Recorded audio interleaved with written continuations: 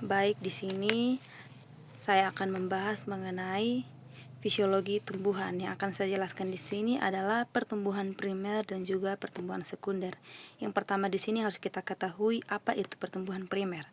Pertumbuhan primer di sini adalah aktivitas sel-sel meristem apikal yang menyebabkan batang dan akar tumbuh memanjang. Pertumbuhan ini terjadi akibat jaringan meristem yang terdapat pada ujung akar dan ujung batang. Di sini yang pertama pada ujung batang ada primordial, daun atau tunas apikal, berperan sebagai pelindung kuncup tumbuhan. Yang berikut di sini ada meristem apikal, adalah jaringan meristem yang letaknya di ujung akar dan bagian batang. Meristem ini menjadikan pertumbuhan primer dan bertambah panjangnya akar dan batang pada suatu tumbuhan. Di sini ada meristem dasar, dia berfungsi agar batang dapat memanjang dan melebar sehingga akar bisa panjang dan juga kuat. Yang berikut itu ada protoderma. Dia merupakan lapisan paling luar sel. Bagian ini akan berkembang dan membentuk epidermis. Yang berikut itu tunas samping. Dia berguna apabila tunas apikal mati untuk tetap mengalami pertumbuhan.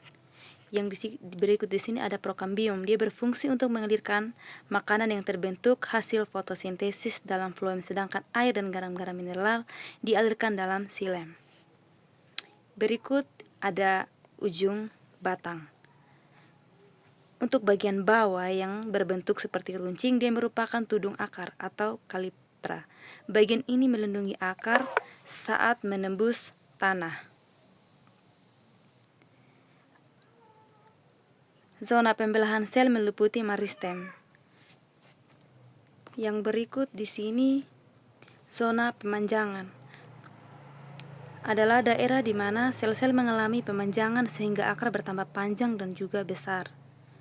Yang berikut ada zona pematangan, adalah daerah sel-sel akar yang mulai mengalami spesialisasi struktur dan fungsinya.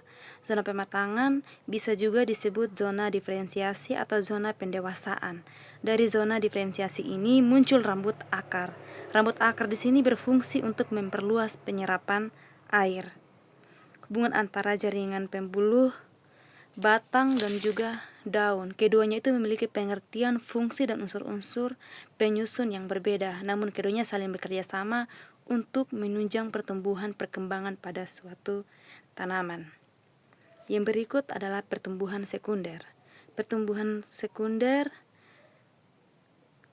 dia tumbuh ke samping. Pertumbuhan sekunder itu menjadi tambah lebar karena memiliki meristem lateral. Tidak semua tumbuhan memiliki pertumbuhan sekunder karena tidak semua tumbuhan itu memiliki kambium. Yang dapat melakukan pertumbuhan sekunder adalah gimnospermae dan dikotil atau tumbuhan dan berbagai biji yang terbuka atau tumbuhan dan yang berkeping dua. Yang berikut sini akan kita bahas yaitu jenis-jenis batang. Itu ada batang kayu, ada batang basah, dan juga batang rumput.